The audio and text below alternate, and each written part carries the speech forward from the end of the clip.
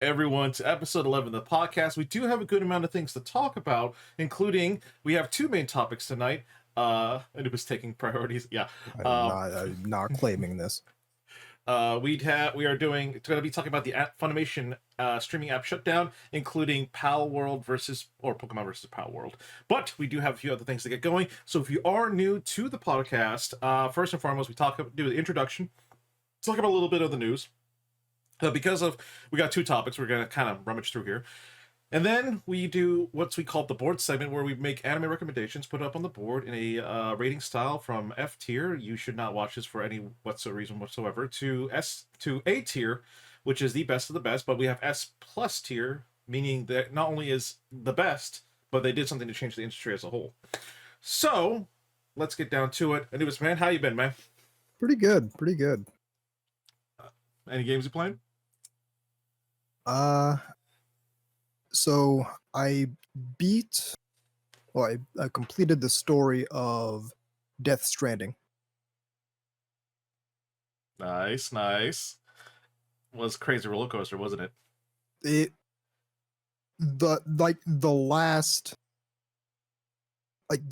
whole stretch was wild. Also, that game is it's like the last Lord of the Rings movie, where there's you think this is the ending, but there's still 2 hours left. Jesus Christ. Well, have you seen the trailer for Death Stranding 2 then? Not yet. I was in fact waiting until I beat Death Stranding before actually going to watch the trailer, so I still need to go do that. Yeah, which I'm just gonna say it gets crazy in the trailer. It gets really fucking crazy. That's crazy after the crazy that was Death Stranding. Oh no, we've enhanced the crazy.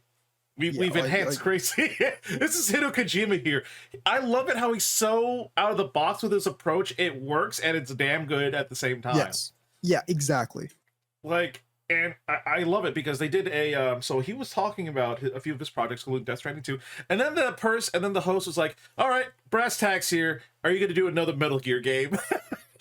Just straight up, "Are you going to work on another Metal Gear?" And he was like, "Well, I am making a new tactical espionage game." I'm like, "Yes." It sounds like you're doing Metal Gear, but you can't really say you're doing Metal Gear. He can't say that he's doing Metal Gear. I mean, okay, so Metal Gear, the IP is still under Konami, which Konami still, I believe, they really had a bad breakup. Konami was being total assholes at that point. So, but Kojima Productions is now teaming up with Sony and PlayStation, which means this could be interesting because he said he's doing an entirely new tactical espionage game. And it's going to have a blended mix with a video game and a movie experience, which again, it's Hideo Kojima. Yeah, you are describing Metal Gear Solid. Yeah, but here's the thing though. It's I'm sure PlayStation and Sony could strong arm Konami, be like, "We need that IP. We know you're not doing much with it right now, but just give it to us." But we'll see what happens. They'd have to pay some big Kojima did some pull under the rug moments too, so we don't know. But no, fuck Konami. I still hate them. And the Silent Hill 2 combat reveal trailer that I did a reaction to, I'm not my hype was here and now it just dropped down a lot because it looked Can't trust these people anymore. The only thing that I know for a fact that they did after the fact that was good was the Zone of the Enders remasters. Yeah. Well, that they had the original source code. Yeah, exactly. I don't know how the fuck you lose Silent Hill 2 source code, but fuck it. But yeah, the Super Bowl is going on right now too. So with that though, I've been doing okay. I've been playing a couple of games here and there, Palworld and all that dandy stuff. I've been playing. I've actually been playing some of the demos from the Steam Fest that's going on.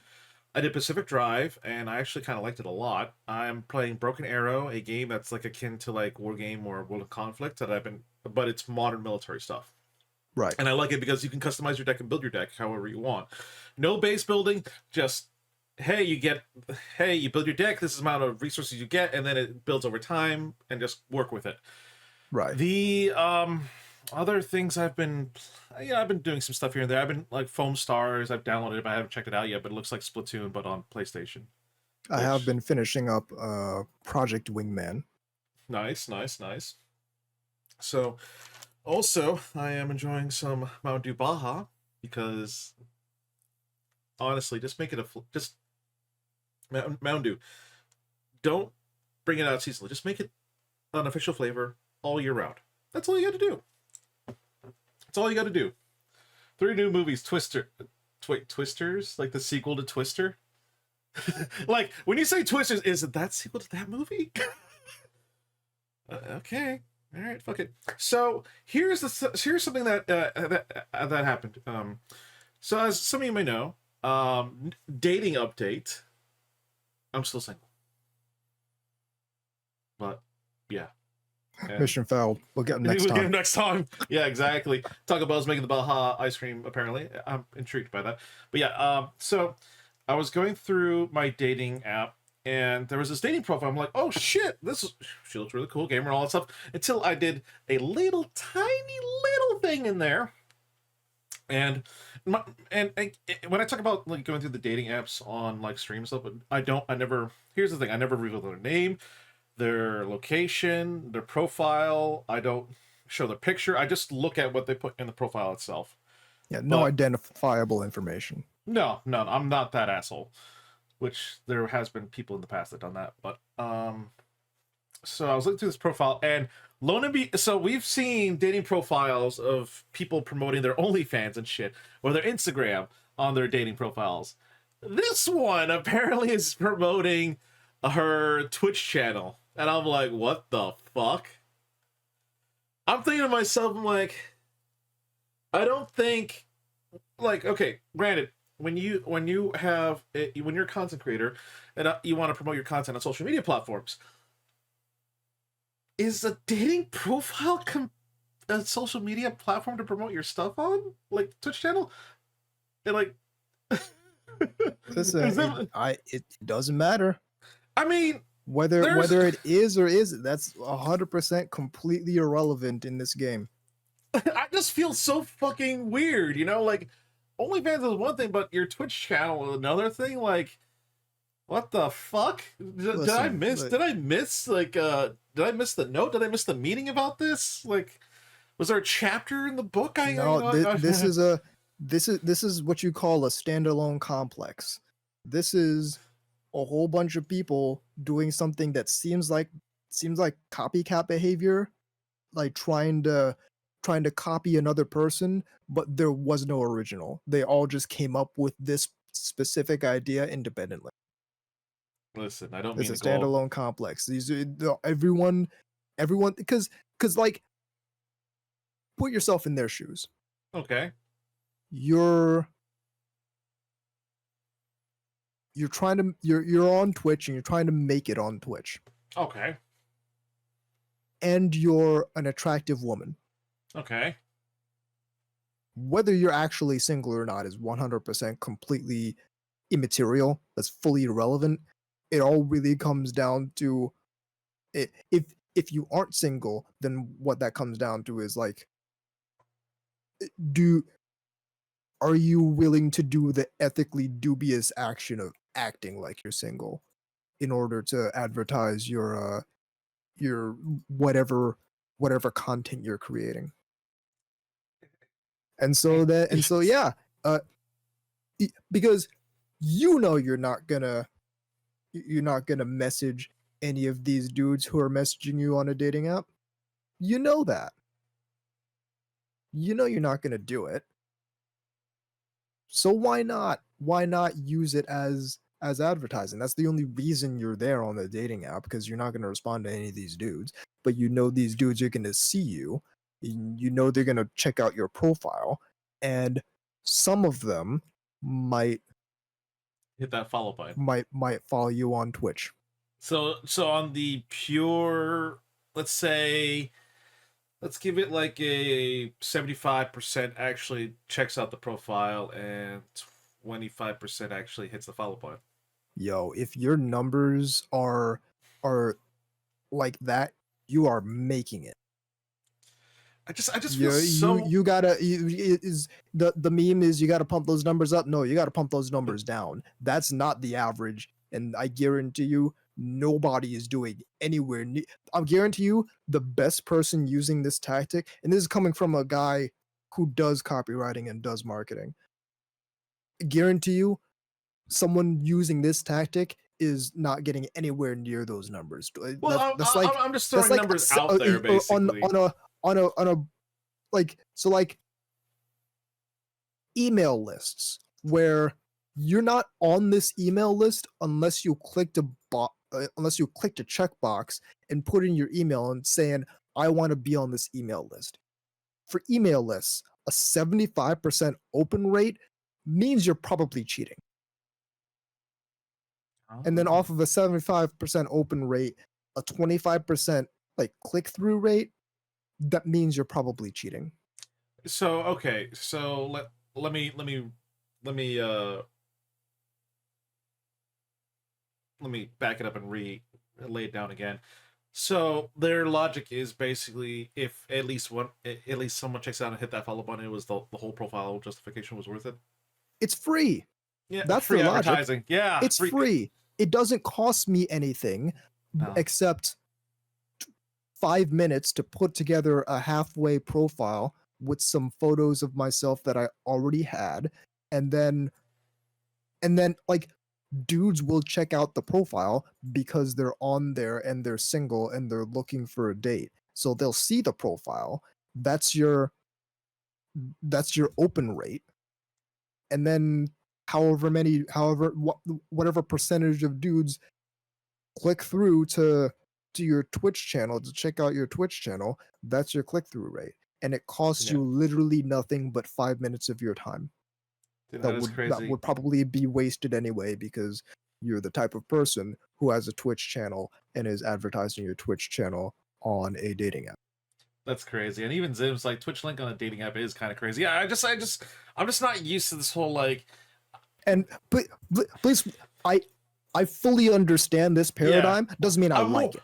I'm more confused than anything else. I hate the fact that this is where we're at. Yeah, like when you look at social media, you don't think of it as a social platform. You think of it as like, hey, this is a dating platform. People go here for one reason, and then some people like, I could use it to do free advertising, and I'm like, well, let me make a point that everyone really should understand. None of these platforms are social platforms. They're all advertising platforms. And the reason that's important is because the only reason any of these platforms or any of this media can exist is because they create spaces that advertisers who pay to put their ads there can put their ads next to. So like give an example that we're all familiar with. okay, It's basically impossible to sustain a content delivery network on the scale of Twitch, because once again, it's free. You can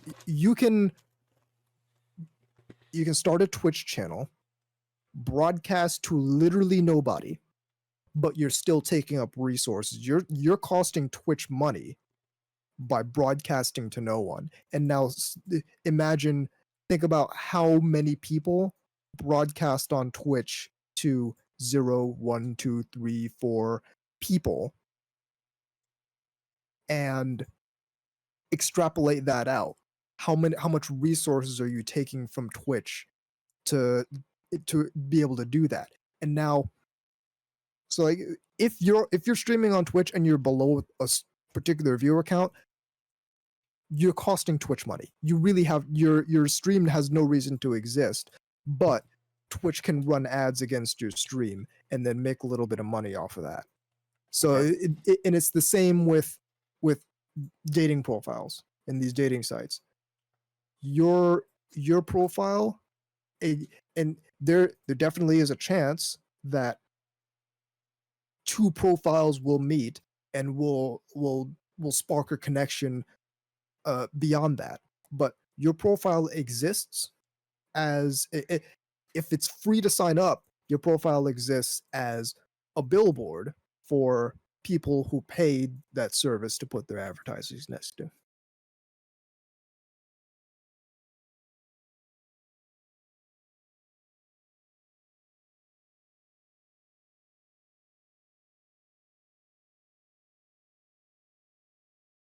So, um, yeah, Would you like to explain to the audience what happened? So I had to go like extremely old school and got like, some paper and a marker and be like, OBS crashed. And then I got really pissed off. Fucking hell. And then I got, help. And then send waifus. And then I'm like, yeah, OBS actually crashed. And the fact it actually captured all that shit was absolutely fucking hilarious. Stop, Panda, stop breaking shit. Listen, I am trying not to break as much shit as I can. But anyways, let's continue with our... Okay, let's continue with the podcast here. And for those of you just tuning in, welcome back. And for those of you just coming in, I'm the Geeky Panda, your tactical legitimate weeb likes to play games, and your host of the show, the DAICON podcast, a podcast dedicated to all things gaming and anime, with my co-host here, who totally has a bigger screen I might fix later on. Time for Sir Nubis. Yo. He has potentially a bigger screen than me, but, there's a reason for that. So he literally brings big dick energy at this point. Listen, yeah, it's definitely not because Panda didn't, crop the screen. It definitely isn't that reason. No. All right, so let's move on to the main discussions for this podcast. First and foremost, we're going to be opening up with something anime related for once. Yeah, because this is news. Funimation streaming app is shutting down. And for those who don't know, Sony basically has officially, the dust is finally settled. Funimation is merged with Crunchyroll, and the Funimation streaming app that people have been using is now going to be shutting down on April 2nd, which means everything is going to get moved over to Crunchyroll. Here's the deal. It's not going to be as quite of a streamlined process. What I mean is, so let's say, for instance, you purchased content on the app, or you bought, like, what some people are doing, people are doing is they buy, like, let's say a Blu-ray disc of a movie, and then that movie will be like, hey, you get the physical movie, and then, hey, here's also a digital copy, The tactic has been used in other things and all that dandy stuff. Anime, why not? Here's the deal. A lot of people are pissed off because Funimation, not Funimation, Crunchyroll sadly will not be honoring that. So, and let me just scroll it down here. Hold on. Okay, what is going to happen to my digital copies? We understand that you may have concerns about your digital copies from Funimation. These digital copies available from Funimation were digital access to content available on DVDs or Blu-ray purchases. Please note that Crunchyroll does not currently support Funimation digital copies, which means the access to previously available digital copies will not be supported. And then they also posted there, however, we are continuously working to enhance our content, which basically means, hey, we're sorry that this is happening, but Crunchyroll is not supporting this. Maybe in the future they might, but as of right now, all that digital content that you have is going to be gone when the merger happens. Exactly. And that pissed off a lot of people. And it's kind of hilarious too, because I'm on the Funimation website here, talking about end of services, and then so as part of Crunchyroll's unification of fan services around March 2022, the Funimation app and website will the website as well. What the fuck? And the website will sunset on April 2nd. Yeah. So, and here's the fucking thing that's absolutely hilarious here. And I'm actually going to bring this. I'm sorry, I'm going to cover your face. But this is the start of the thing. Look how much shit that they have to say to kind of sell Crunchyroll to you. Why should I have Crunchyroll? Look how much shit that they have to put down. I think it should have been like a given, like, hey, you know, but they have to kind of sell it and be like, hey, there's a reason why to have Crunchyroll, guys. We're gonna throw all this out, even though we royally pissed you the fuck off. Well, it's like half of these are half of these existed with Funimation. Yeah, they're like standard features basically. Yeah. Like what does Crunchyroll have that makes it unique and stuff like that? Like they still have the same shitty servers. And what I mean that is like their video browser and the servers act up all the fucking time. You think after the whole Dragon Ball Super thing, they would upgrade the servers to have, to make it more smooth. But no, their servers still fuck up from time to time, even though they're getting all this money. Shame. Also, what it comes down to, and this is something that everyone should have expected when news came down that Funimation was purchasing Crunchyroll. Yep. Every time you have a big merger like this, unless a company is acquiring a company that just does something completely different. But every time you have a major merger like this, eventually what happens is you get rid of the redundancies. And so what's going on is the division of Sony that owns Funimation now owns two identical services. They do the exact same thing. So why keep one of them around? Yeah. And my expectation was that Crunchyroll was going to fold into Funimation. I was wrong about that. It was the other way around. But it doesn't matter which one folds into which other one because they're both identical services. Like Yeah. Either way, it's gonna turn out the same in the end. Yeah, it's still gonna happen regardless, however they do it. The one thing that also sucks is that during this movement, not every content on the Funimation streaming app is going to be put towards Crunchyroll. There's actually an active list out there, the Funimation streaming content not yet moved to Crunchyroll, and they actually showcase the whole list. Like, okay, everything that's on Funimation, here's what's on Crunchyroll, here's some of the things here and all that, and here's what's not there yet. So there's an actual list out there, which is crazy, and because of this, Funimation the Funimation streaming app was actually cheaper to get. Those users were paying $5.99 a month, $5.99. Now they're forced to which is fucking hilarious. It's fucking crazy too. So because that they're moving the Crunchyroll platform, the prices increased from $5.99 a month to $9.99 a month. I know some people out there are like, okay, that's not too much, but okay, let's add in everything else that's included there too. Okay, what you pay for the internet, what other streaming services you buy, do you have Amazon Prime? That adds up. Everything slowly adds up in the end. But it just kind of sucks like, hey, we're moving and you got to pay more now. I'm like, the fuck? Well, keep in mind, Crunchyroll also got rid of their ad-supported business model. Oh, really? So they're forced to. Oh, wow. So they're completely reliant on their paying subscribers now. Wow. Dude, this just fucking sucks. This is what happens when you have like one company that just runs so much in the industry. This is what happens when you have so much control under one company in the industry and you don't have realistic competition. Yeah. This is why I like High Dive too, because it's like they're different. They're, you can argue that some of their stuff is actually better than like Crunchyroll's in terms of features and a stable video player. Yeah. I've never had a problem with them. No, I never really had a problem with High Dive's video player. Crunchyroll's, I've always had issues with it, especially when the new episode drops and everyone's trying to watch it at once and their servers are so fucked.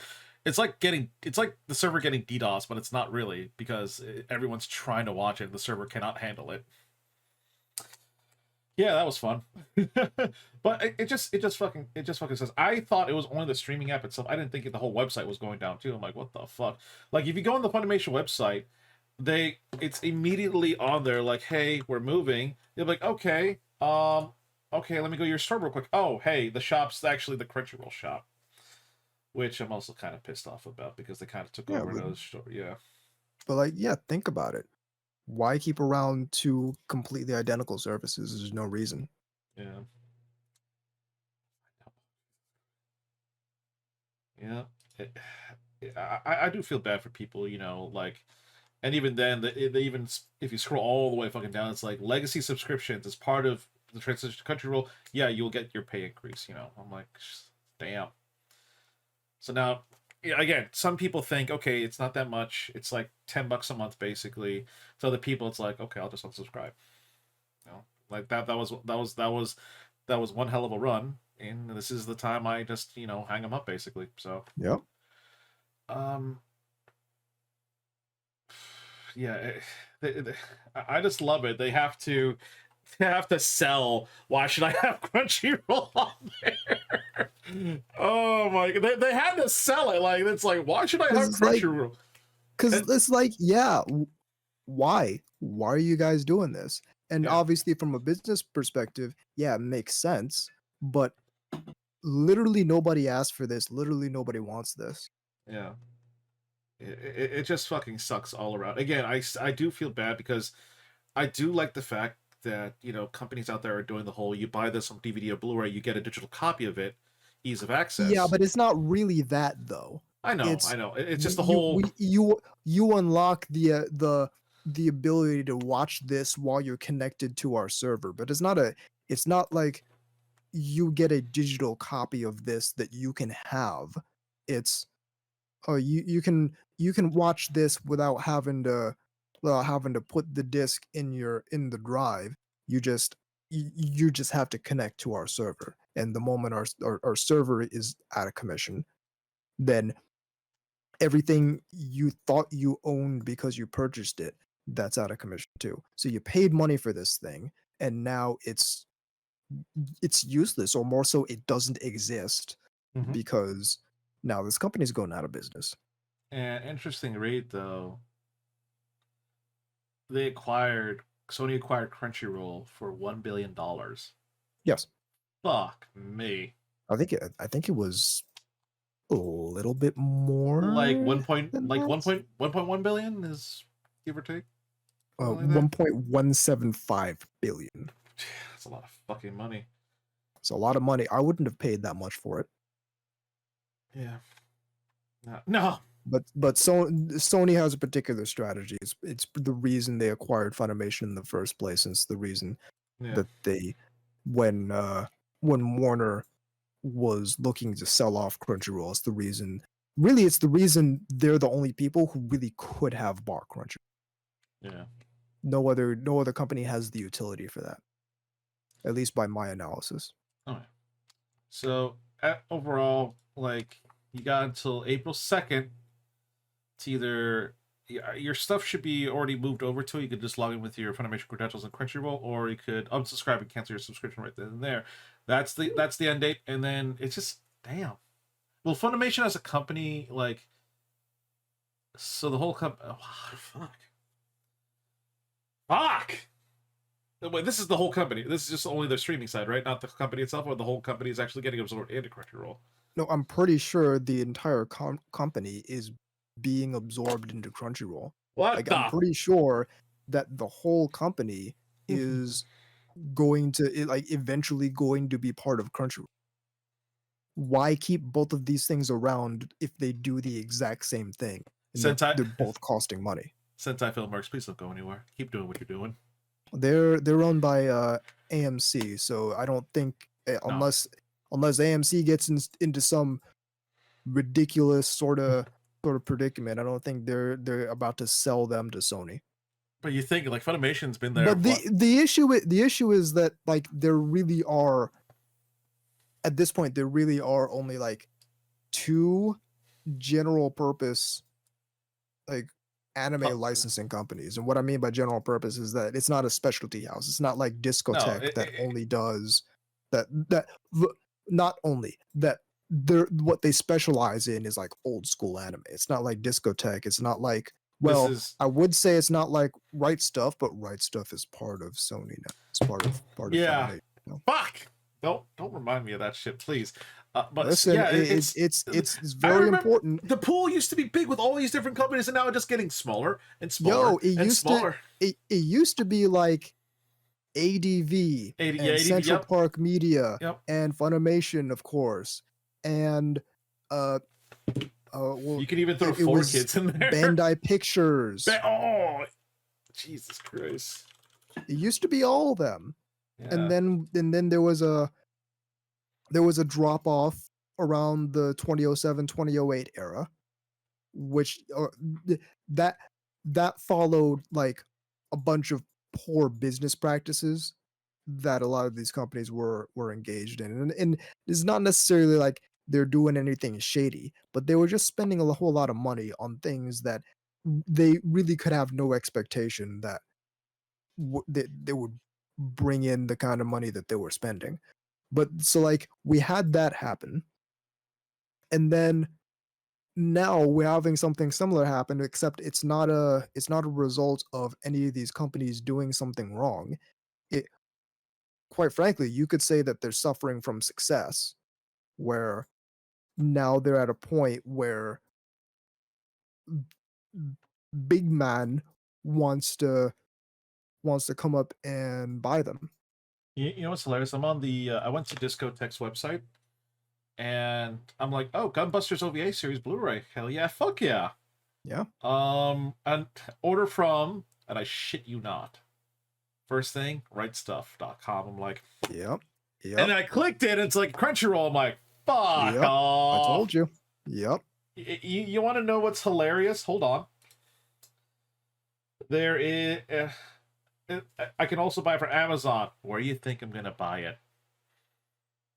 Amazon, because also free 2-day shipping. It does actually help out. Yeah. Yeah. But like Yeah. here's the issue, and here's why I dwell on the right stuff thing so much. Right stuff is literally the easiest uh major company in the Western anime industry to replicate. It's literally just e-commerce. Yeah. I could make an e-commerce site in like 30 minutes right now if I wanted to. It's not hard. No, no, no. It's just good And job. those guys built it in like I don't have my book with me, so those guys built it in like the 80s when it was mail order. And Oh yeah, they had to put a Jesus. thing in the back of in the back of the magazine. So if Look, you wanted to buy the Astro Boy VHS release that they fucking globetrotted trying to find all the episodes to gather up to so they could even make the thing. If you want to buy that, that you had to first find their thing in the back of a magazine and then send it out through the actual mail and then get your stuff with your that you paid for. Now, like if you own a functioning keyboard and you can follow instructions on the internet, like if you're if you have enough brain power to recognize patterns at a basic level, you can build an e-commerce site. It's not hard, gotcha. but it's something. It definitely takes work and it definitely takes some dedication to get it to the level where it's a right stuff. But it's not like you don't have to have any particular special relationship in order to build something like that. Yeah. You don't have like you might need to if you're in the licensing and you're speaking with Japanese brands trying to get the rights to their products. Either way, Funimation. I never expected you to go down. Fuck. Oh, I one of them was going to go down. I admittedly backed the wrong horse in that regard, but one of them Yeah. was gonna Yeah. it was gonna end up the same way either way, and quite frankly, it might be better because it depends. So, because it might be better because Funimation has a particularly bad reputation, but Crunchyroll also has its share of bad press. Oh yeah. Either way, it's not good. Not good No, at a it's consumer level. No, God no.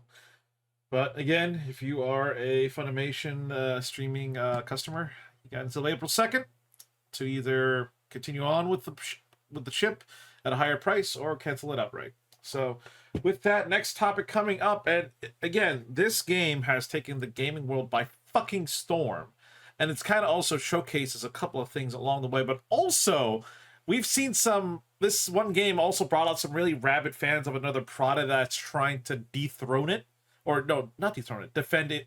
What they love, to the point where it's actually getting kind of fucking crazy. Palworld.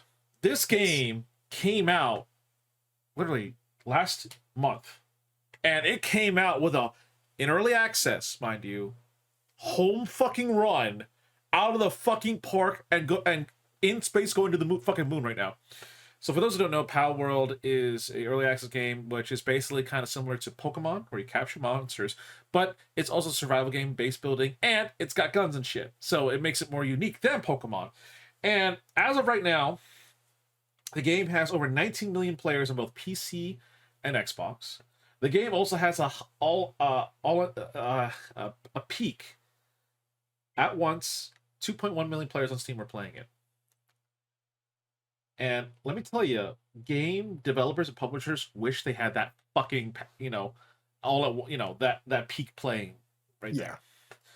So, overall, it's been extremely positive. I've been enjoying it. Anubis has been enjoying it. My friends have been enjoying it. We've made our own servers, private servers.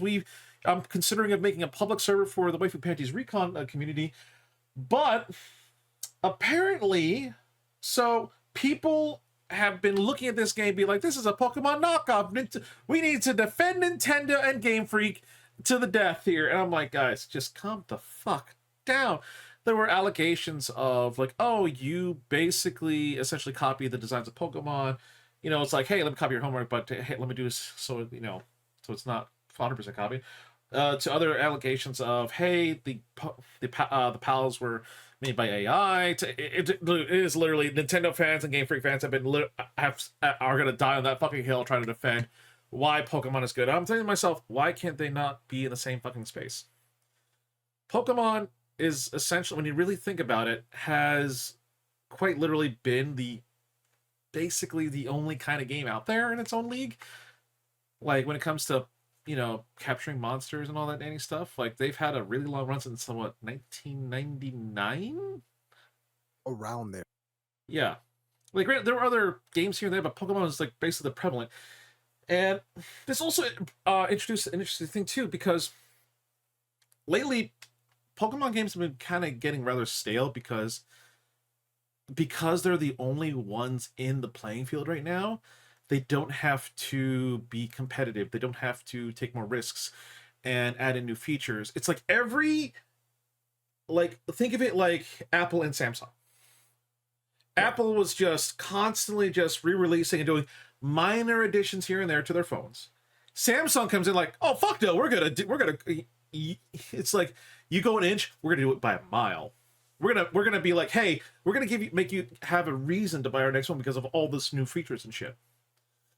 So it's been rather lacking. Like honestly, like just now, like with the last Pokemon game we got, Scarlet and Violet, it is the first true open world game, I want to say. But it didn't really add in a lot of things, and it kind of took away a lot of things, and it was buggy as a motherfucker. Like, goddamn, the frame rate dipped into single digits at times. And I'm like, good God, you guys needed to cook this in the oven more. Or you need a more powerful system. But anyway, it's one of those things that it's like Pokemon has been in a league of their own for so long that nothing has ever really challenged it, so they didn't really need to really do better. And now Palworld is out, and everyone's like, oh my God, this is kind of like the game we talked about. Like Anubis, you played Pokemon in the past, right? Yes. You've always wondered, we're like, hey, why not there be a Pokemon game with guns and stuff, or or something like that, right? Well, yeah, it's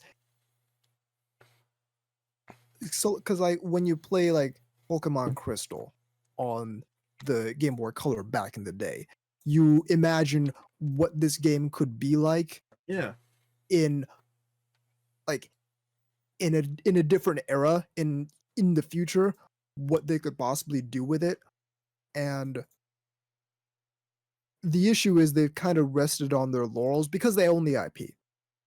Because Yeah, everybody Ni- recognizes Pokemon. Nintendo Everybody fully owns. recognizes what they this this massive this massive property, and like they know that people will check for it. People will check for the new Pokemon game, Yeah, just like they'll check for the new Mario game. They'll check for the new Legend of Zelda, yeah, it's and li- and this is far from the first time a a Nintendo IP has been like challenged in the market, but it might be the first time it's like gotten this successful. yeah, like other games have who tried to challenge a footnote, more or less. This game had its own encyclopedia, and again, I believe this Palworld is 50% complete. They've been making the game for the past 2-3 years, and this is a small team who had to learn the Unreal Engine and teach each other how the engine worked. And it's like this is a true real underdog story right now. Like the Yeah. holy fucking this is the real underdog. And to me, it's like, okay, again, Nintendo owns Pokemon. They own it. They will defend it to the death, and fans will do the same thing in a weird way. But it's just like this game has done so much to change things up. It's like it just feels fresh. It feels new. It's like, wow, like hey, It's a fundamentally different. yeah, like this is the game I wish we would have gotten. Like, hey, we got a game on the fucking PC. That by itself is crazy, because Pokemon games generally has always been on like the Nintendo consoles, either by the handhelds primarily, or sometimes they get like spin-off console releases, including but not limited to Pokemon Stadium and all that daily stuff. So Yep. and a few other things too. We'd never really gotten a Pokemon game on the PC or anything like that, or hell, not even the other systems. And we always think like, wow, I wonder what a Pokemon game would be like on a PC. This is what it would be, and it looks fucking. And Power looks fucking amazing. Like goddamn, and it's not even finished. So and I hate the fact that they like. It's kind of like almost like lazy. They don't really add in new things. They don't take chances. They always played it safe. Like again, let's take for instance, we got 19 million players playing Palworld, including PC and Xbox. Pokemon. Okay, the original Pokemon games, Red, Blue, and Green. 31 million copies sold, and I was one of them. And I'm sure you were too. What I had, Yep. I had Red. What do you Old had? school. Red. Exactly. I Start had off. Red and the Red Game Boy Pocket. Ooh, what? Yeah. Motherfucker! I had Yeah. Red and I was the really cool guy. damn, dude. I was the really cool guy with the Sega Saturn and the Pokemon Red version with the Red Game Boy Pocket. Jesus Christ! I had a Pokemon Red and the purple Game Boy Color. I did get the purple see-through Game Boy Color eventually. Ooh, okay. Yeah, So, all right. So, Pokemon Scarlet Violet, and you can look up on the Nintendo website. They actually will tell you how much they sold. They've sold between both copies 24.3 mil. And there's how many Pal World players right now? Goddamn. It's like, it's not even only just like, oh, it's just simply 9 million. No, it's 19 million. It's like people have been like waiting for something this fresh to come out. And the Nintendo fan reaction has been like fucking crazy. It's like every step of the way they've been trying to like dethrone Palworld. Like, no, Palworld's success is their success. They worked really hard on it. This is the game we've been waiting for. What the fuck are you doing, Game Freaking Nintendo? Like, again, Scarlet and Violet, when it came out, it had issues up the wazoo. Glitches, bugs, frame rate drops. Like, it was not a stable fucking release. And it kind of like, and now we're getting like, like, hey, what's going on over there? You guys need help? Or like, I believe like Brilliant Diamond and that was done by a third party company. Actually, that wasn't even Game Freak. Another company had to step in to do that because Game Freak was so busy. but it's I don't know, like some like you've seen Twitter, right? You've seen all the Yes. the, it's like a fucking war zone out there, dude. Yeah. Yeah. Well, so like this is the so by the way, none of this is a new paradigm. This has been like every single time. Because how long has Nintendo's whole paradigm been to ride off of their first party properties?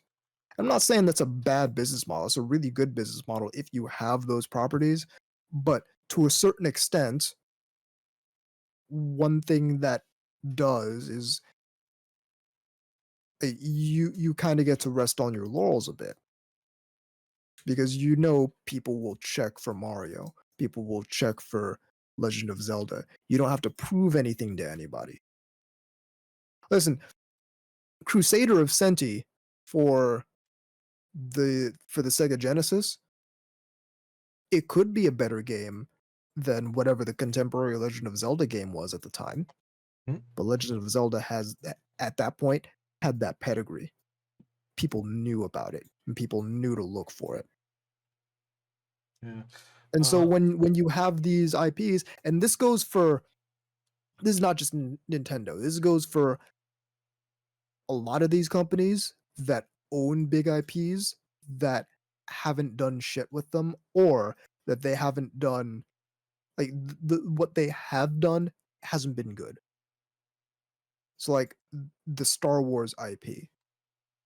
Yeah, people don't like what they've been putting out, but yeah, if you're Disney, you own that IP and you get to do what you want with it. yeah, yeah, naturally. I'm The looking at the the issue that I keep encountering is that like if if these major companies knew that they couldn't just rest on owning the IP, they might be motivated a little bit more to do something with it and to make something out of it that people will like. Like if people were quicker to pick up and said, okay, the last thing they did with this IP was dog shit. So I'm not gonna just buy the next thing that has that name on. you're right. So right It's like when now, they came out with Metal Gear Survive, let's not go there. and yeah, Konami has that IP, but the last thing they did with it was dog shit. It's like no one, absolutely no one. Let's do Metal Gear Survive. Like why? Nobody asked for this. Nobody wanted this. Nobody was looking forward to this because it's not what you're expecting from that IP. It's not the level of quality you're expecting from that IP. And so a lot of people like they like that's the behavior that should be around when a company does some stuff that the fans aren't having with the IP. Yeah. It's like, yeah, when Metal Gear Survive, really? I'm not playing that. Don put down. Has anyone considered Nintendo's actually having fun playing Palworld? I mean, some of their employees might actually be doing it, but It wouldn't just surprise me. I and It's a fun game. people have been bringing up Nintendo, be like, hey guys, this game clearly stole assets from you, and all Nintendo said is like, we take Pokemon very seriously. The IP, we'll investigate. That's it. That's all they're gonna do. You know, Yeah. we'll look into it. But other than that, if they were As going though to, as though Nintendo hadn't like doesn't know. yeah, Like people are acting like they need to let Nintendo know. Nintendo yeah. knows. Nintendo's has known it. They've known it for like 2 years. Yeah, This game did not come out of nowhere. This game was announced exactly. like 2 years ago, so it was Yes. probably on their radar. And they've been kind of like, just watching it from a distance, just seeing how it Yep. is. Maybe they'd be like, hey, this might be a potential competitor. Let's see how they're doing. Um, and I fucking hate the fact that it's like, oh, Nintendo's gonna do this, Nintendo's gonna do that. Like, yes, there was a mod that added in Pokemon, and yes, guaranteed that thing got shut down so fucking fast. Yeah, they It was came not right down on it. but it was just the mod. The main game itself safe. It's just they will defend their fucking Pokemon IP to the fucking death, and fans will help them out too. But that's the only thing that they can really do is just observe and do any takedowns on just mods that just uses their properties basically. And Yep. I feel like Pokemon as a whole, in terms of quality and new features, has gone downhill. Like the last Pokemon game I really enjoyed story wise was Black and White. I thought those games' story was actually really fucking good and engaging. And then and I'm looking at Metacritic right here. So so okay, this is interesting here. So Black and White, first one was 87 out of 100 Metacritic. And then it kind of teetered around there during that stuff. Okay, and then we get to this let's go Pikachu 80, Sword and Shield 80, Brilliant Diamond and Shining Pearl 73, Legends Arceus 83, Scarlet and Violet on Metacritic 72. Yeah, I feel like every new edition has kind of been like lazy effort. And I've seen videos of people bringing up, and I'm like, you're totally right. Let me ask you this, Anubis. You're playing Pokemon. Yeah. You're playing Pokemon, and you're like, hey, I need to go to the Pokemon Center. Yeah. All right, every town has one. Let me go to the building, do my thing. Yeah. The Pokemon Center in Scarlet Violet is not even in a building. It's out in the open in like the stand. Oh. And okay, and then like, okay, you're like, okay, let me go to a shop. All right, let me go inside the shop, all that dandy stuff, talk to some people. No, the shop is right there too, part of the stand with the weird stand, and some of the stores is just basically you don't enter in the building. It's just a menu that pops up. Do buildings exist in this world? Some. Do people build structures to live and work and do business in? Is that something people have we reached the Stone Age? Have we begun building huts yet?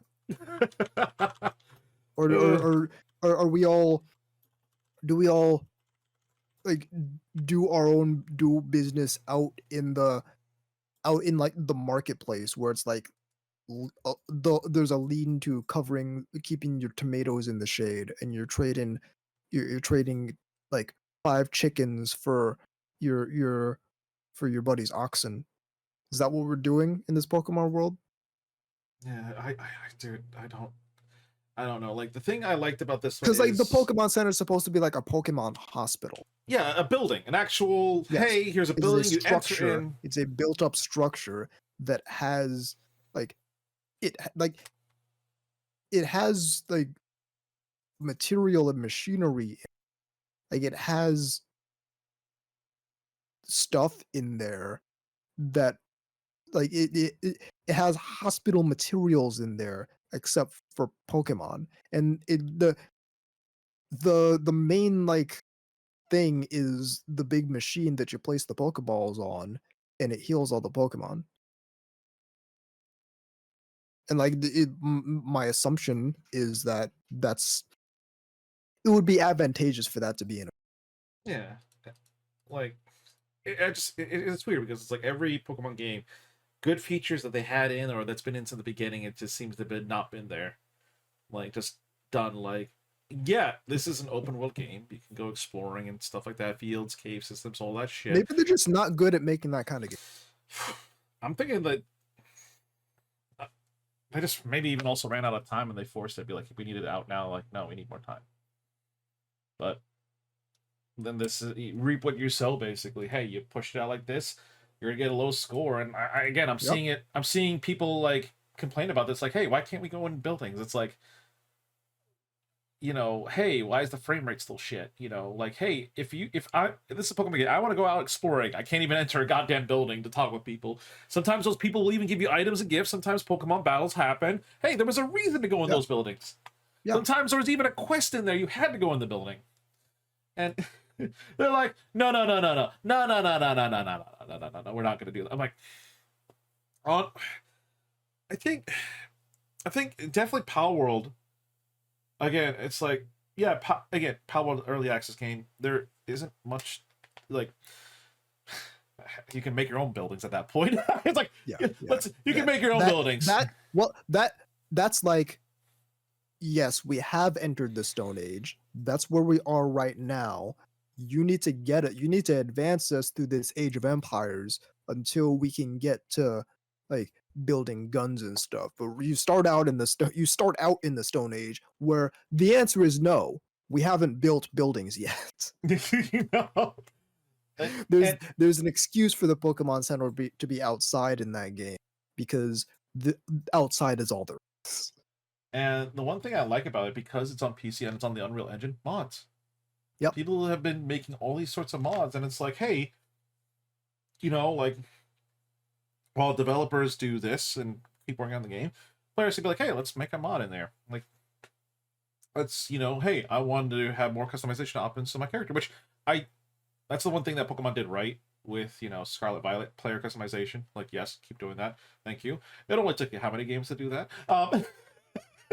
But, you know, like, I think having even like a Pokemon game, Nintendo has to definitely kind of like, you know, like, hey, we can make so much fucking money having Pokemon on like PC. We don't need to put it on PlayStation, or we don't need to put it on Xbox. Well, even though Nintendo and Xbox is becoming more buddy nowadays than ever, Yep. it just kind of like, I understand, like, hey, when you think Nintendo, you think of exclusive games like Pokemon. I'm like, okay, why can't you have some of those on, you know, Palworld just showed you can have a Pokemon game on the PC, looking good, having all these potential features, and the people are eating up because they've been waiting for a chance like this to happen. Like, we've dreamed about this since we were fucking kids and teenagers growing up playing the games, and now we got a taste of it, and now we're looking at Pokemon like, guys, what the fuck are you doing? Like for instance, hey, you want lightsabers in fucking Palworld? Here you go. I'm like, Yep. I'm like, okay, all right. Not wrong. Cool. Cool. It's like, hey, you like you you want like you want the penguin to be a 64 kind of style, like N64? Cool. Sweet. Yep. You want black nail polish? Okay. Cool. It's, if this doesn't get Game Freak and Nintendo to kind of put their asses in gear and be like, okay, Nintendo to Game Freak, hey, we've seen how successful Palworld is. We need to make sure our next Pokemon game is a game that people would want to go out of the way to get, rather than just buying it because it's Pokemon. Exactly. So this needs to be good. We're going to put more money and effort into it. Hey, here's a lot more money. Hey, do you need other studios to help you out? We can get that. We can make that happen for you. Like, but if they... And I think every Pokemon game releases every 3 years, or every like mainline Pokemon game. I think so. Yeah, but yeah, 3 wouldn't- years. The last one was Scarlet and Violet, came out in 2002 or 2022. Oh, 2002. I mean, Ruby Sapphire came out in 2002, but okay, so Scarlet Violet came out in 2022. The next mainline game was Sword and Shield, was 2019. Yeah, every like 3 years ish or so. And then all the other games that came in between are basically was taken over by a third party. But yeah, like, okay, maybe just give him more time or get more people to help him out. Like, you guys, this thing prints money. I don't know what the fuck you're doing. and you know what's crazy is like Palworld can like totally monetize all this stuff. They could like, hey, look at all these pals. Let's make plushies out of it. Keychains. Every single one of those little creatures is a character IP that can be monetized endlessly. If it's popular. People love Depresso, dude. Yes. Dude, is the pal is depressed as shit, but I find it hilarious. People love the fucking sheep, the penguin, especially because of the rocket launcher too. Like, hell yeah. Like, you can, again, Nintendo do better. Like, ball's in your court now. And Yep. Palworld, again, it's not a full game. It's early access. And their potential, you know, they could release it on the PlayStation as well. What are you going to do now? So, I just want Pokemon to do better, you know. I just don't want them to be fucking lazy. Which they've gotten over the time because they didn't really have any real competitors. So. Right. All right. I think that should be it for today for the main topics. Now we're going to be moving on to the board segment. And for those of you who don't know what the board segment is, it is our list of anime recommendations that we have in a tier style list, F to S, and then S tier being the top best, but changing something in the industry. So we've already got the list. It is on Discord right now. It's a pretty solid fucking list. The list is ever fucking growing and getting bigger and bigger. And the list also includes not only anime, OVAs, movies, live action, hentai. Yeah, pretty much. So, as such, okay, let's make a recommendation here. Yes, I do have to, we do have to check the list because it's like, did we add this thing in? No? What the fuck were we thinking? And it was to, did we have Rurouni Kenshin on there?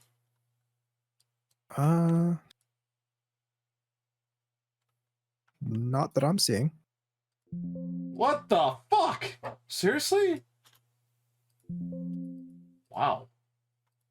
Well, that, how the fuck did we not have it on? Okay. Yeah.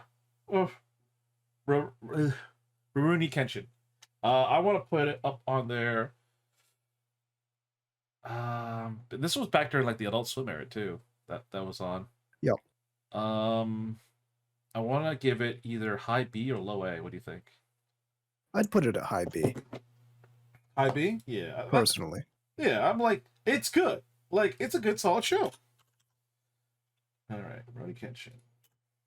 How the fuck did we not have it on there? Like, and for fans, you can put in some of your recommendations, and like, oh shit, you know, that sounds good too. Okay. Wow. God damn.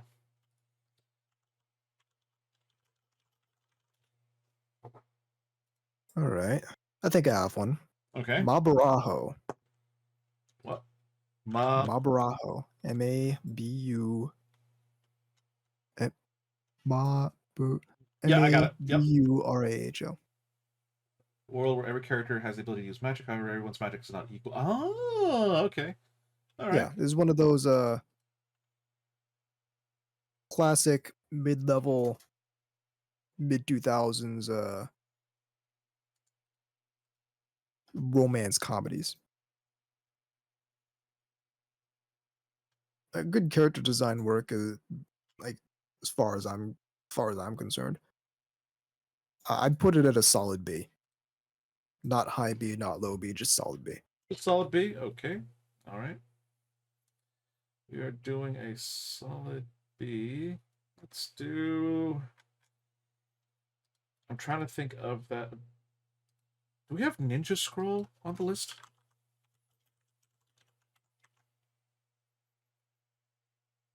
And for those of you in my measure.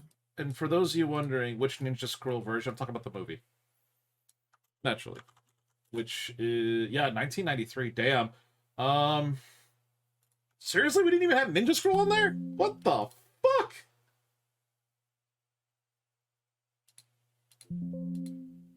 Wow. I'm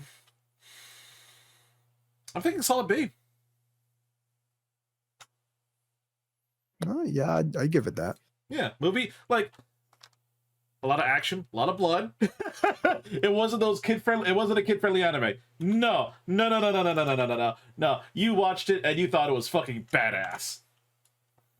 So, yeah, I can't believe we didn't have Ninja Scroll on there. Like, god damn it.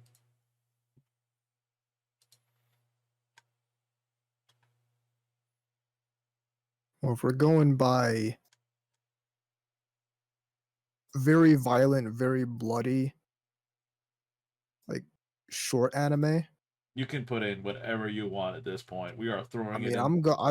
I just you said Ninja Scroll, that gave me the idea. Okay. Genocyber. I guarantee you we don't have this on the list. How do you spell that? Genocyber. Oh, wow.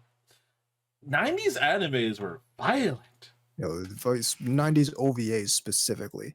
Yeah. This show is not playing around. No, it wasn't pulling its punches. Was this on the fucking? Was this on? You remember how Sci-Fi Channel showcased a lot of adult animes on there? Yeah. Was this on there? It might have been. I don't. I'm gonna err on the side of no, just because like I've watched the whole thing. I know how exactly how violent it gets, and there's a particular scene in the beginning of episode 2 that I don't think would like fly on any measure of American television. No, no, I don't think it was because I'm looking down through the list here. I don't see it. I've seen stuff like Armitage 3, and I'm like, I Yep. definitely remember that. That I do remember. Okay, where are we putting this bad boy on the list? I'm put it at a I'm gonna put this one at a solid B as well. Ooh, another B. Okay, all right, all right. A lot of B's. Like again, folks, this is not a kid one of those kid friendly shit. We are No, really no, kind of no. this is like the fucking balls to the wall crazy. Damn, I hadn't seen that.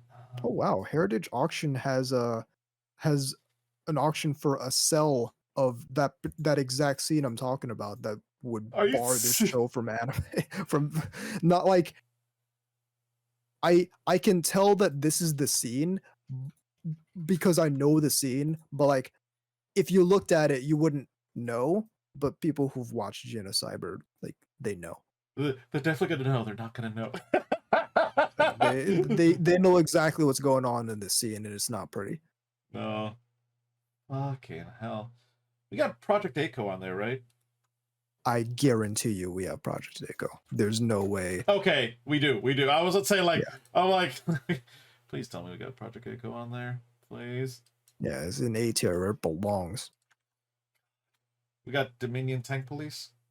Oh, do we have Tank Police on it? Ooh. All right. I don't think we do. What the fuck? Yeah. I guarantee you we don't. Again, something for its time based. A 1990s anime. Turn off logic. Embrace everything. Who knew a tank police fighting force could be so good? Well, it's like this is people know Masamune Shiro because he created Ghost in the Shell. He's not the person who necessarily made Ghost in the Shell famous. That was more so Mamoru Oshii when he made the movie. But like Masamune Shiro is an obsessed weirdo. like many great creators who create great art. He's an obsessed weirdo. So Dominion Tank Police is like if you understand Masamune Shiro and his work, that's exactly what he would. It's just like let him cook. The police have tanks. The police have And tanks. crime is really bad. So now yes, the police have tanks and they're gonna run around in tanks, and exactly what you think happens when the police run around in tanks. It's basically Collateral Damage, the animated series. So I'm gonna do okay. Oh yeah, oh yeah. The second one was called the New Dominion Tank Police. Yes, I haven't seen that one, so I can't speak to its quality. No, we'll do the OG, the one that started Yep. it all. It came out in '89. Oh, Yes. but then we got it in America in like the '90s. Let's face it. Yeah. Yeah. What am I thinking?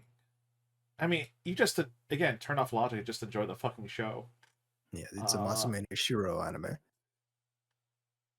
B? Am I thinking B or am I thinking C? It's either B or C to me. Do you ever plan on watching it again? Yeah. B. B. Because that's kind of my quite. If I'm conflicted, it's do I plan on watching it? Yeah, there's a good chance I'll probably watch it again. I'm not gonna fucking lie. Minion. I can't believe we didn't have that on that. God damn. All right, what's next? Anapuma and Unapuma. That's a good question. I know I did have one lined up for after Mabarajo, but I forgot it.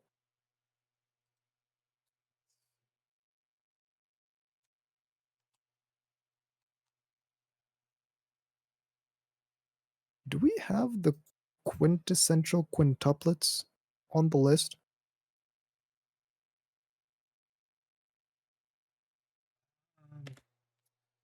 What was it called again?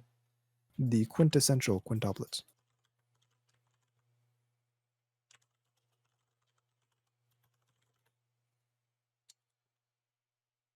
Because if not, I know exactly where that one's going.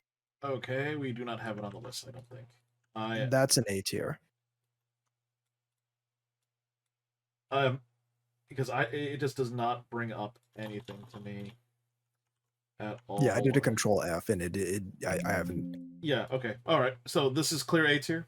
That's easy A tier. It's a so the anime came out in it was the 2010s. I know that. Let me just Okay. Let me reconfirm the scenario let me here. reconfirm when it came out. So the anime came out in 2019, but it is the exact like format and style of a harem anime from like 2005. And it does like this is similar to it's of a similar caliber of something like Love Hina or Happy Lesson. Okay, gotcha. Like that sort of anime, but done in 2019. Like it's like we never left that paradigm. It was we were always there.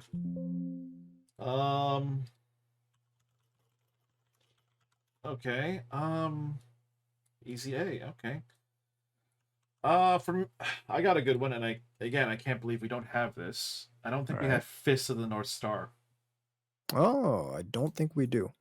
No. I don't remember that one being mentioned. Um.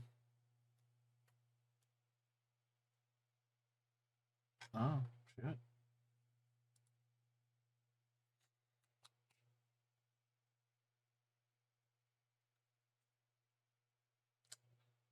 I want to say I'm closing in on A tier for this one because it's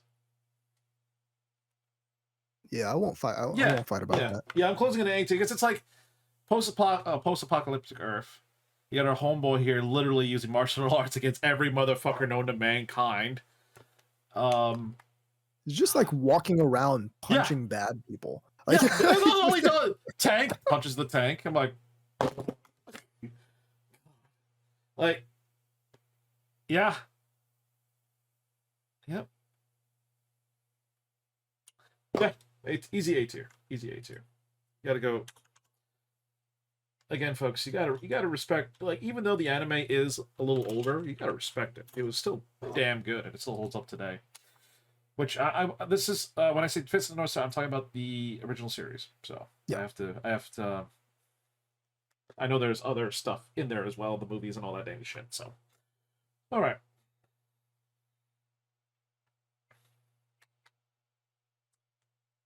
So I don't think we have this one. This is Lost Universe. Lost Universe. Yes. Oh, okay. Wait, was this on the Sci-Fi Channel? I Yeah, it I don't. was. It It was. was. It Okay. was. Okay. All right. All right. Where are we putting it? This is a C tier. C tier. Not in the case that I don't plan on watching it again, but it's like the whole premise. It's basically Slayers in space, but it's not like it didn't get like 3 sequels. Let's put it that way. It just did the one and done. You're good. Yeah, and it was good for that one, but clearly, Slayers as the core franchise is better and more popular. But for what it is a good anime. You know what? I might be adding something to that C tier too. Okay. I don't think we have this. I am gonna take a look. We do not have this. The Armitage, specifically Armitage 3, Hmm. came out in 1990. Wow, 95. Like I remember again, Sci-Fi Channel. This is where half the shit I watched on there too. Yeah, again. Wait, It's like you have Brian? the Sci-Fi Channel. I have like Anime Network on Demand, which I hold on. guarantee you, there's a lot of C tiers in a whole bunch of that stuff that I watched back in the day. There's a lot of C tiers. Wait, hold the fuck up. Bryan Cranston had a fucking role in that. What?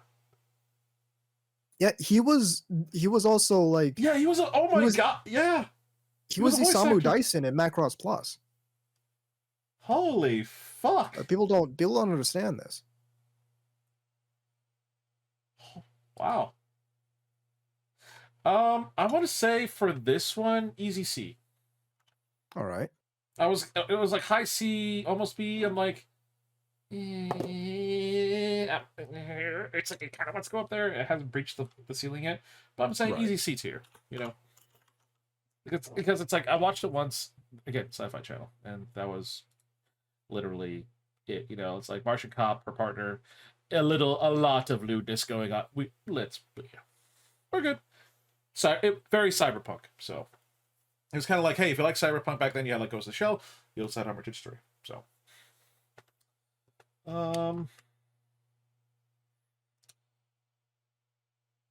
yeah, it's up to balls in your court. Looking through my looking through what I have of my library right now. Oh, do we not have this?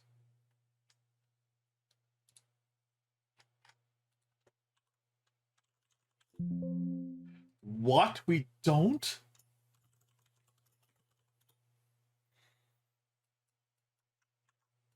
Huh. I had so Lost Universe is the one that I thought of after Mabarajo, and then I thought of another one for after Lost Universe, and I 100% completely lost it. It was another kind of like science fantasy sort of thing.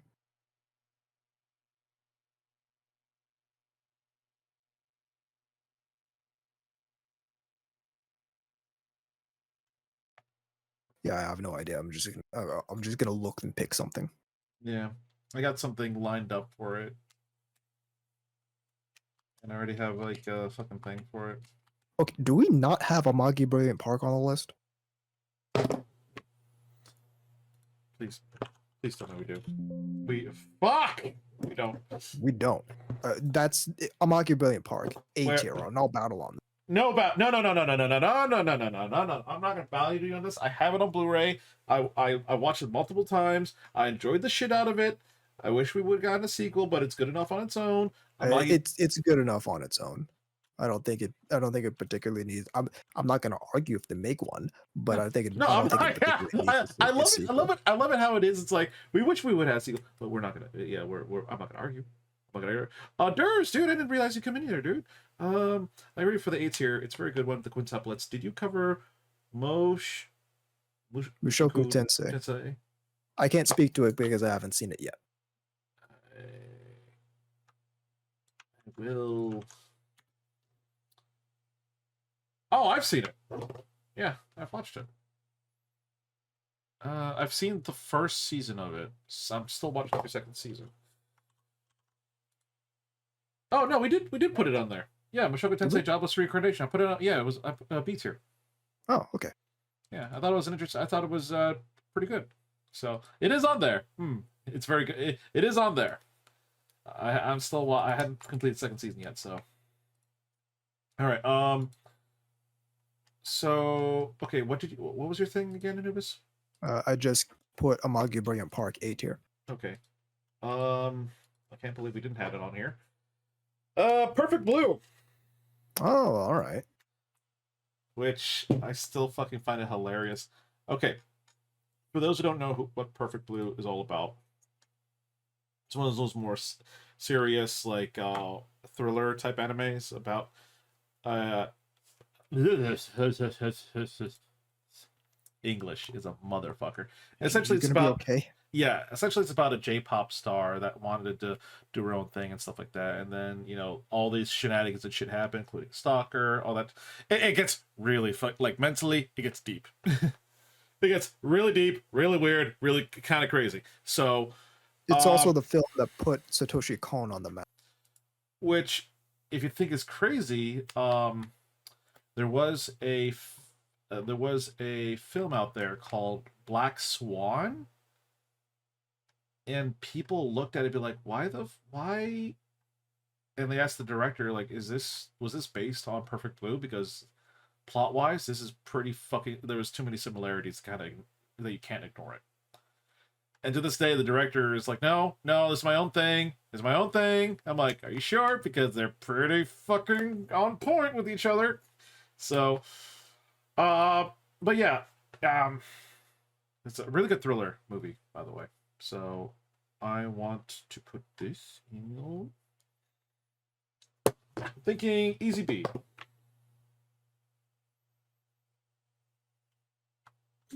Sure, I was expecting A. It's a very highly praised film, but Wait, wait. I'm not gonna battle.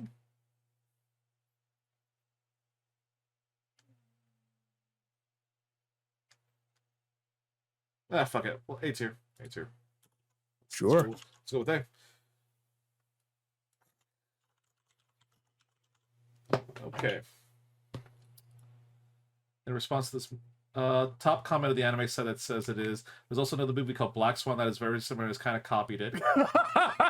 Yeah, no, it's honestly the director pretty much almost copied it, and he still denies that he ever did. I'm like, we know what you fucking did, and we know if you were to say yes, I copied it, your reputation, you yeah.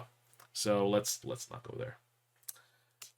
Okay. But yeah, right now we're currently, if you're tuning in, I'm the Geeky Panda, your tactical degenerate weeb that likes to play games as your host, with my friend Time Forcer Anubis as co-host, the DAICON podcast, a podcast dedicated to all things gaming and anime. And right now we're in the segment called The Board, where we put up an anime recommendations list. F tier, which you really should avoid for whatever reason whatsoever, to A tier, but we also have S plus tier, anime that did not only was damn good, but also changed the anime industry. So, yes, this list is found on on my Discord channel in the board section, and we do have a couple of really cool, awesome things on there. F tier, I'd like to point out that Godzilla Singular Point. Don't even fucking bother. Stop. Get some help. Also, Chief Savior. We're not going to talk about that.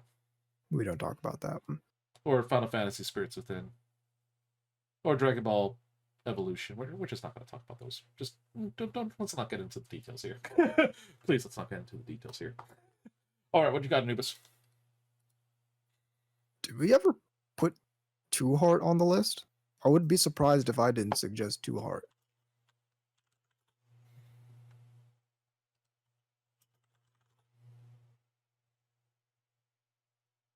I don't remember recommending it.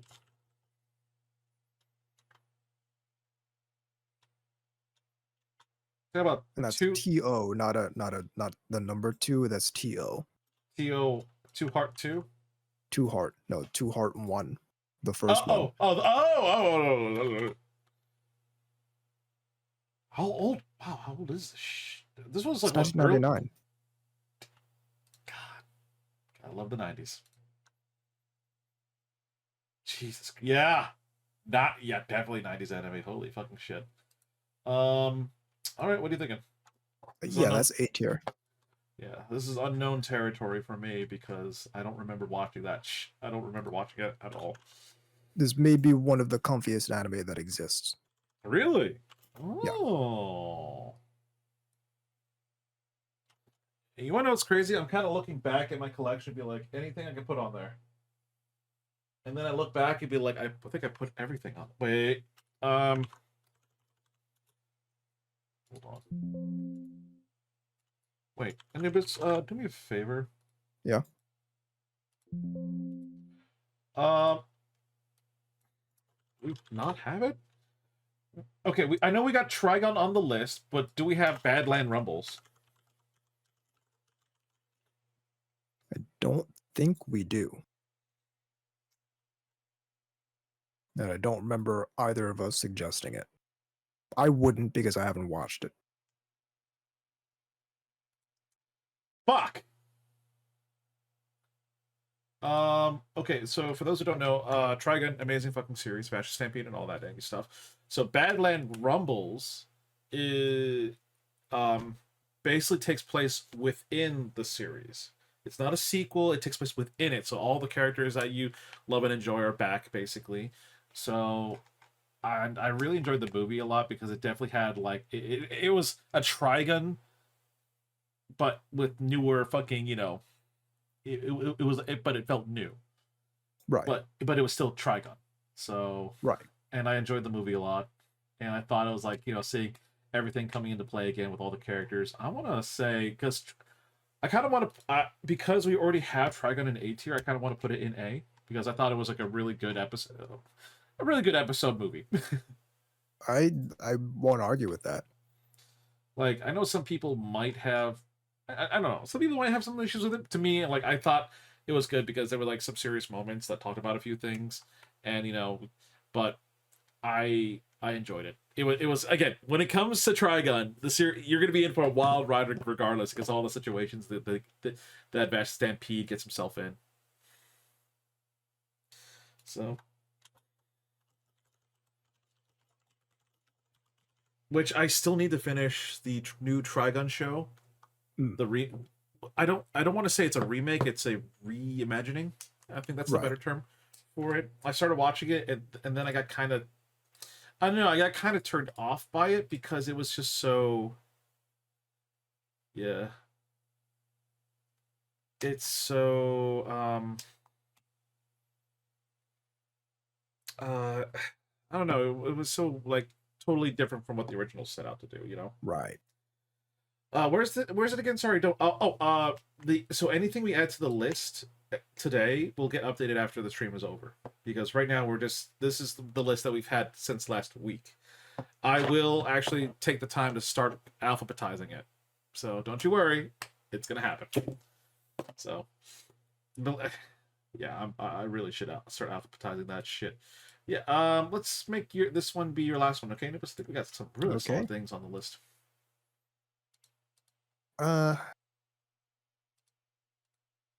We don't have Noir on the list. I know we don't.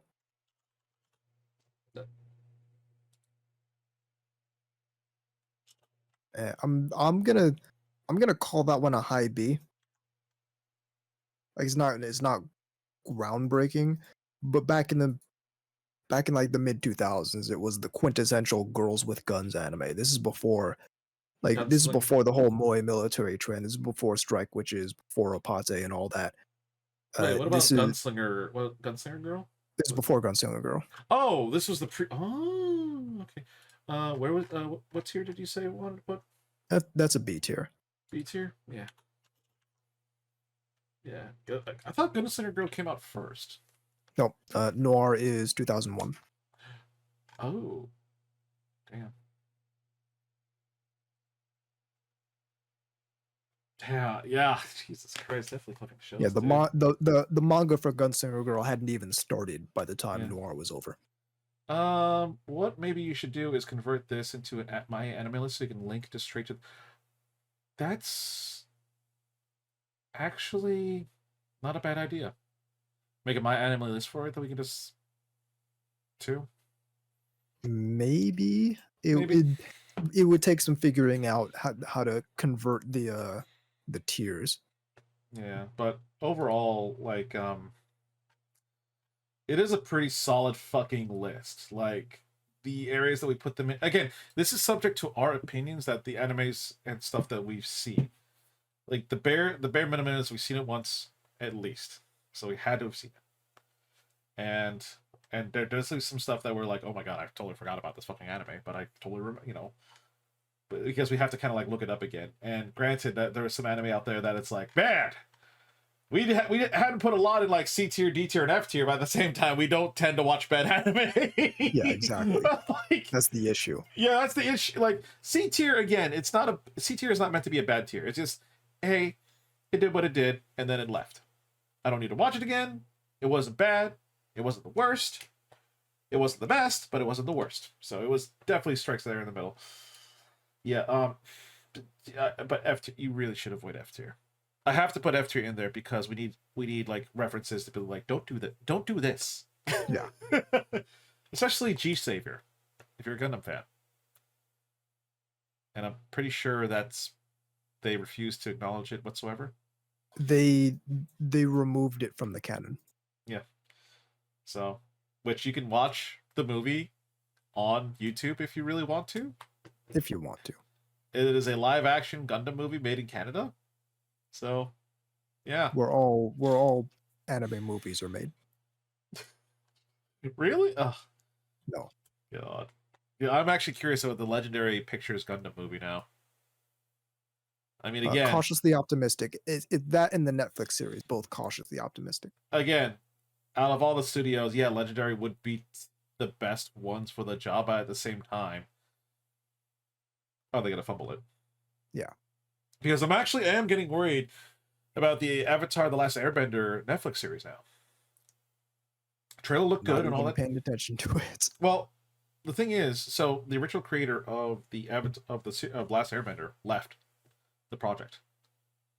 He was like, "Nope, that's it. I'm out. Goodbye." And now we kind of know why, because Netflix, they're changing the story around a little bit. So they're so what that really means is if you see one of these live action performances and the original creator is involved, that really means nothing because they're just going to do whatever they want regardless, and the original creator can stay or leave whatever he wants to do. Yeah. Yeah. Yeah, but here we go. Yeah, it's just when they talked about like why are they changing certain things that are extremely important to the story, that are important to the story. Like there's a reason that this happened. There was a reason that happened. There's a reason because it created essentially a story arc basically that they have to overcome it. I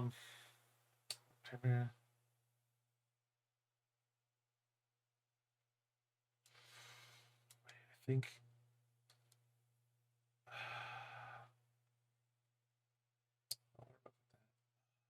But yeah, there was something else that they were removing that was like pinnacle to the story. I just can't put my fucking finger on it. But yeah, I'm just not really. I'm worried now for it. Like again, I love that One Piece, the creator of it, was with it every step of the fucking way, and it showed. And it was I believe One Piece is one of the more successful live action anime series that we've gotten. Well, of course, again, that all that means is that the people making it were actually committed to Honor sticking and close yeah, to the established source material. The creator being on board doesn't matter one way or the other. If the creator leaves, then that's meaningful, but the creator being on board doesn't matter because even with the creator looking over their shoulder, the Avatar: The Last Airbender people decided to do what made the creator leave. Yeah. So it doesn't really matter. The creator can be there or not be there. They're going to do whatever they want with the property, regardless. Actually, can I make a recommendation on the list? I'm gonna do two recommendations on my own right. Two recommendations on the list. So first one, because I finally watched it, the One Piece live action series. I thought it was actually I thought it was great. Like hell yeah, fuck yeah. I want to put it on an A tier. All right. Like again, I know that's like it's like you're putting it that it's like well, A tier, B tier, high B, low A, but it's that's up to you. I can't speak to it either way. I haven't seen it.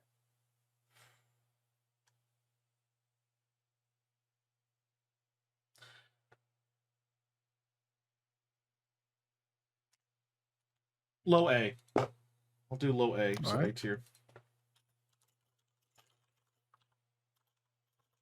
Because again, they actually took the time and they cared about the project. They want to make it close, and the creator was with them every step of the fucking way. But I think again, it's one of the more successful recent live action anime series that we've gotten out there. Another thing I want to put up on the list out of my own right. I don't know if you watched all of it, but I had to endure Cowboy Bebop, the live action series. Oh, yeah, I didn't even bother with it. I don't know why you did. I did. Watch it all. I don't know. Yeah, I'm not willingly gonna do that to myself. I have shit to do. I'm not. I'm not even putting it in like C or D. I'm putting it straight at F. This is one of those times where they've changed so much fundamentally this series that I cannot even recommend it because it wasn't even as good as it should have been. It's because they're not trying to sell you the anime. They're trying to create throwaway content for their streaming service. So right now, they have no imperative to make it good. So right now, the Cowboy Bebop live action series is strictly in F tier on the list. Which F tier is again the live action Netflix series, which I put, which I'm putting down live Netflix live action series. Do not ever watch it. If you're a Cowboy Bebop fan, you're just gonna get angry. It's like telling Anubis to like, hey, watch Halo, watch the Halo TV series again. It's bad. But apparently season 2 is better. See what happens. I'll take the word for it. I'm not gonna fucking watch it. After that first season, I'm not gonna watch it. Nothing that follows that can be good. But either way, that is it for episode 11. Talking about some really interesting topics here. And don't worry if you just tuned in and you missed it. It will be uploaded on my YouTube channel on next upcoming weekend this week. So the DAICON podcast happens bi-weekly, and in between that's the time I upload the podcast so you guys can listen to it. So technically it's kind of like, hey, we're still delivering content every week. It's just, hey, this is for those who missed out on it. So but yeah, episode 12, which 12 episodes of the podcast, Nibits. It's like we're in our own anime series now. Listen. That'll happen later this month, so I'm gonna try to cook up some topics for that. But I just want to say thank you, Anubis, for coming in here, man. Thanks for having me. And thank you, folks out there, for tuning in. Coming up, I'm going to be continuing off my shenanigans with Tales from the Borderlands.